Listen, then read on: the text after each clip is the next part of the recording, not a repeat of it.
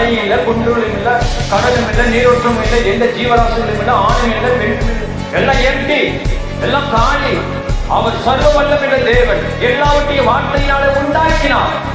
வானம் உண்டாக கடவுள் உண்டாக்கினார். மாறாதிருக்கிற தேவன் சாதாரணமானவர் அல்ல. சர்வ வல்லமை உள்ள தேவன். இல்லாதவைகளை இருக்கிறவைகளை போல் அழைக்கிற தேவன். ஆமென், அல்லேலூயா. மாறாதிருக்கிற தேவன். நிறைய பேர் பரியாசம் பண்ணுவாங்க. நம்ம சர்ச்சுக்கு போறோம், ஏதோ பாட்டு பாடுறீங்க, உங்க வாழ்க்கையில ஒரு அற்புதம் நடக்கலையே, உங்களுக்கு ஒரு அதிசயம் நடக்கலையே, இயேசு உங்களுக்கு நன்மை செய்யல, உங்களுக்கு இன்னும் யாதி போறல, ஏன் உங்களுக்கு பலவீனம் போகல, ஏன் இன்னும் உங்க கஷ்டம் போகல அப்படின்னு சில பேர் கேள்வி கேட்பாங்க. நம்மளுக்கு ஒரு பதில், நான் பலவீனமானவனா இருந்தால் தேவன் என்னை பலவானா மாற்ற முடியாது.